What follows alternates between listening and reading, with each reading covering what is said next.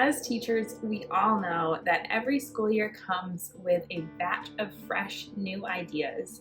And sometimes those new ideas are wonderful successes, and sometimes they are not so much.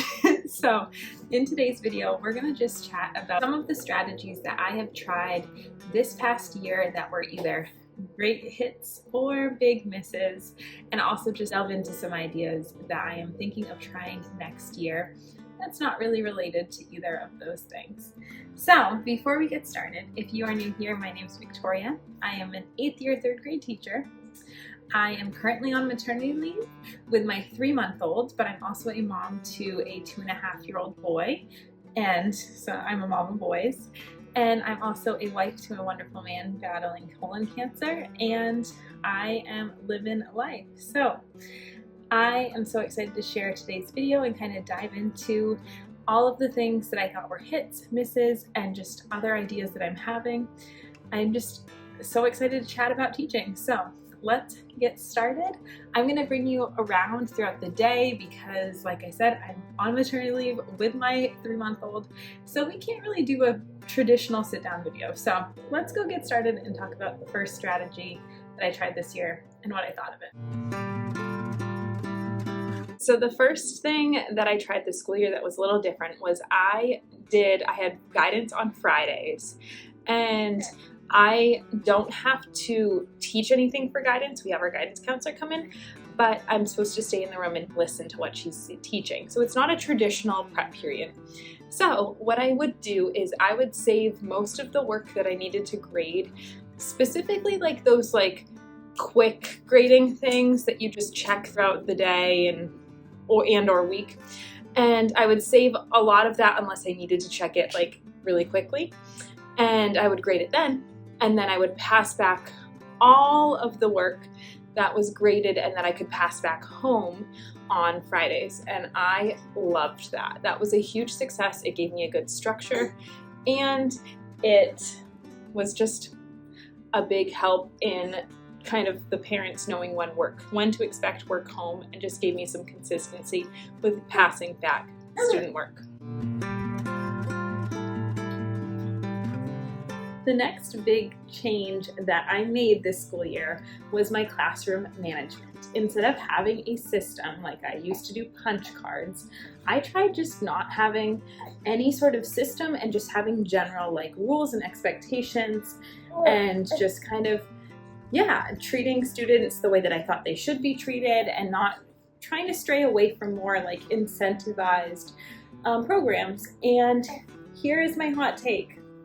I loved it. I did not think in general that having the hole punch system where they would have punch cards and I would give them a hole punch, and then they would, after a period of time, collect punch cards, and it was kind of like a classroom economy system. I never really thought it was that effective. I always would still have behaviors with them. It's not like it was this magic fix. And you know what? When I didn't have the punch card system, I had the same behaviors, and I didn't have all of the extra incentivizing of expected behaviors, because although I do think that we should reward kids who are working hard, please do not get me wrong on that, I do. I just don't think that it needs to be a constant set of rewarding throughout the whole school year. So I tried that this school year, where I just kind of had classroom jobs. By jobs, I mean just I expected them to do their job, be safe, allow others to learn and to learn, and I had my teacher jobs, and we referred to our classroom promises a lot, and I just gave a lot of student praise, and I just showed a lot of gratitude, and I did my best to give them some surprises and delights and just have fun with them.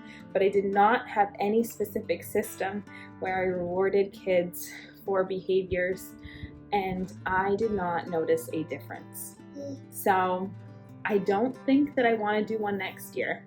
I think I'm going to try and stick with that, but I do think I want to get more solidified in some of the consequences that I want to set if we're not doing our expected behaviors and not, allowing others to learn and so on. I want to kind of hone in more on that, and I think what I might do there is just kind of brainstorm throughout the summer some expectations that I have, and just like have some ideas of logical consequences or things that I can do if those certain problems come up.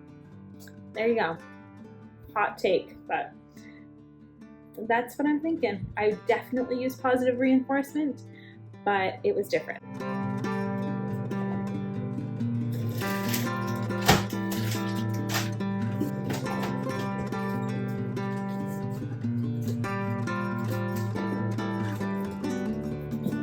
And the next thing that I did differently this year is we plan using slides in my grade level, and we share the responsibility. I'll take, let's say, Monday, my teammate would take Tuesday, my other teammate would take Wednesday, so on. We have 3 teammates, well, including myself.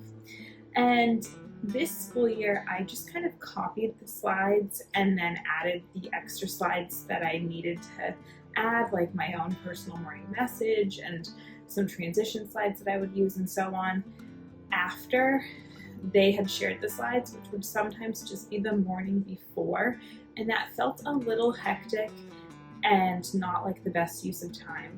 So I think what I'm going to do is kind of go back to something like similar to what I did before, but I'm thinking I'll try and have like I'll try and make slides for the month ahead of time. So I'll have my, September slides all ready to go and get them ready, let's say like August 27th.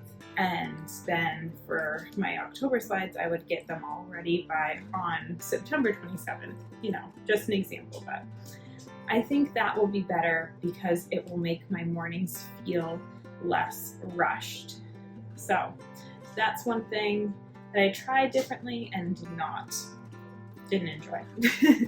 In the same realm of like sharing responsibility with my team, this year we used to just kind of print on Fridays and have things ready for the next week, and we would do that all together. This year, with having a new curriculum in both reading, writing, and word study, we were not able to do that because we were kind of creating lessons, and we're not able to get ahead of the game as much with that. So we would instead, print for whatever day's slides that we were making. And I think that we'll continue to do that next year. Not because I necessarily liked it more, but just because we are actually getting a new math program next year. We're getting iReady Math. So if you've used that, let me know what your thoughts are. Give me all the tips and tricks. But I think because we'll be continuing the process of creating slides and getting to know a new curriculum, we'll probably continue with that. I don't really think one way is better than the other for that one though.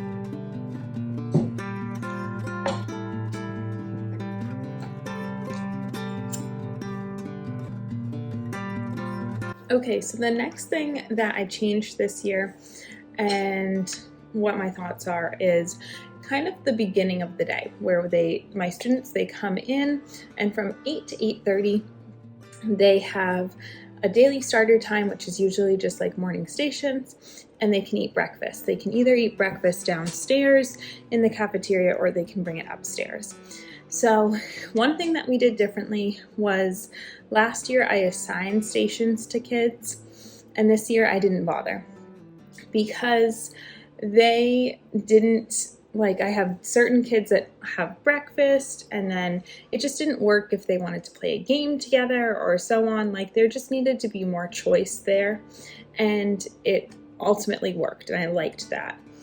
Breakfast, something that I did differently, was I asked my students to eat the breakfast at their desks, which sounds like self-explanatory, but I had kind of given them the flexibility at one point last year, and even at the beginning of the school year, to just kind of eat it where they're playing. But one, they wouldn't eat their whole breakfast, and two, it would get to be an incredible mess. So both of those were a thumbs up from me. I will continue to make morning stations a choice, and I will continue to make breakfast something that they need to eat at their desk, and then if they finish their breakfast, then they can kind of join in on the daily starter morning stations things. They could all obviously like read or color while they eat breakfast, but that's it.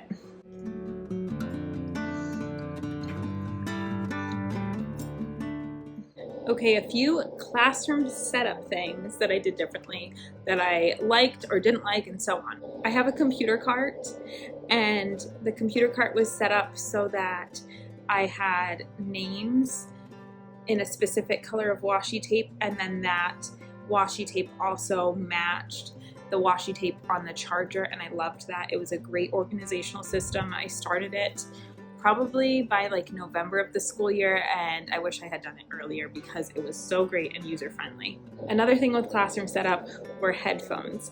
Headphones, I didn't have a specific like assigned pair of headphones for every kid. I'm sorry, parents.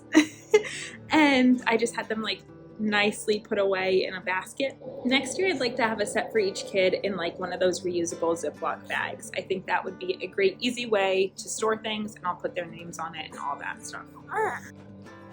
Another classroom setup difference that I tried this year was I used bins in my classroom library only for series, and I still kept with the like alphabetical by author last name. And I really enjoyed that, except I didn't have a label on the series, and I would like that next year because I think it got a little tricky for kids to remember where to put them. And yeah, I feel like my students just didn't completely understand my library this year. So I would like to revamp my library a little bit more next year. Just have more clear labels, all of that. And then last classroom setup type thing that I can think of is my birthday board. I did not have a birthday board this year. I wanted to have one, and I went to look for what I made last year and reuse it, and then I never found it, and then I just never put one up. And I missed it, and my students like missed kind of being able to look to see when kids' birthdays were, and I should have just put one up, but I never did. So moral of the story is I would like to make sure I have a birthday board up because it was missed. And I think it's just nice. Everyone loves their birthday, so we should have one up next year.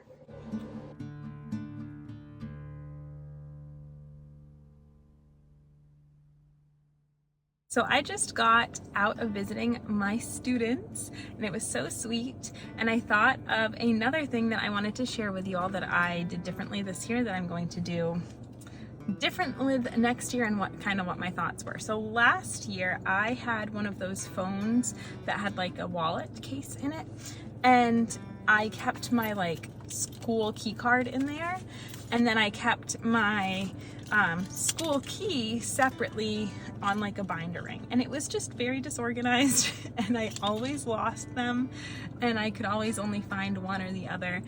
And I barely ever actually had my school ID on me, so it was just like not ideal.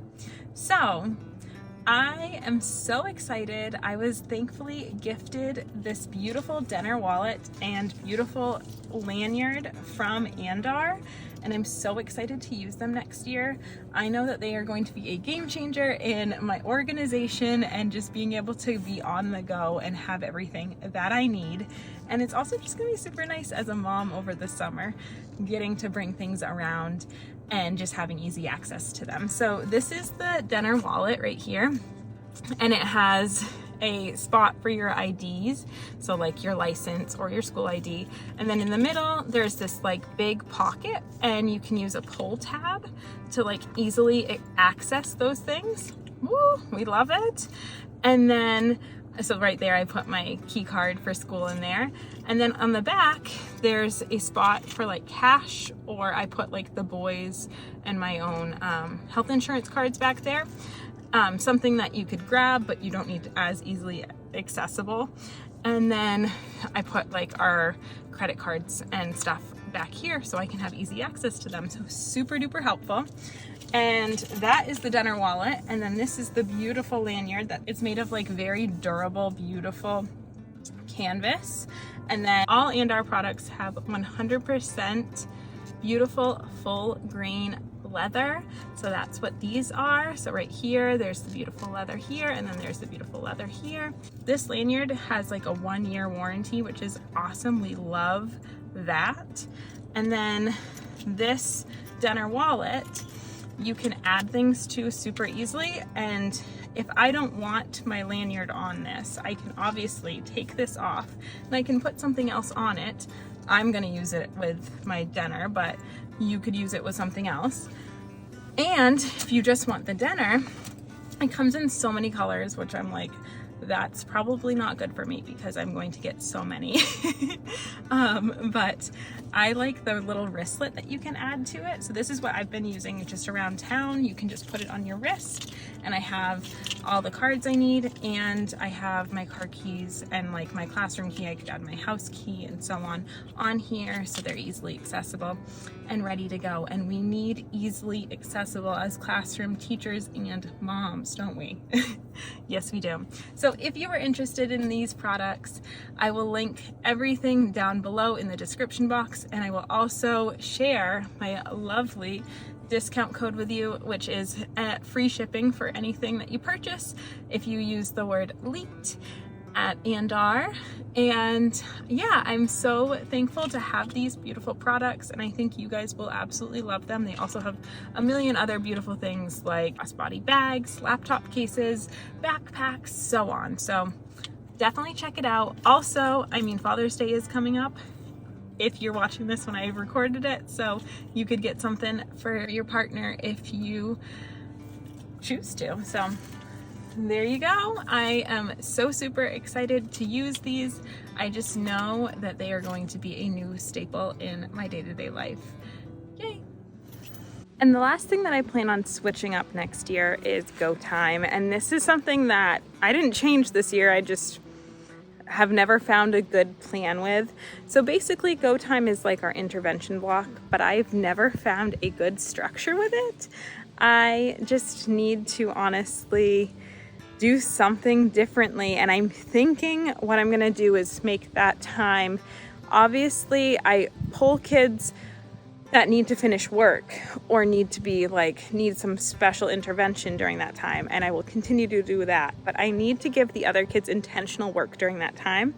So I'm thinking things like handwriting practice, cursive, some other easy to do, they don't need like help with, but intentional practice I think will be great. So if you have something like that, let me know what you do during that time because I would love to hear it. And that is going to be it for today. I hope that you enjoyed. If you have something that you tried this year and it was different, tell me what you thought of it and what it was. And if you have something that you're going to switch up next year, also let me know what you're planning on doing. All right, thank you so much. I hope you all have the best day, the best weekend whenever you're watching this, and I appreciate you all. Bye.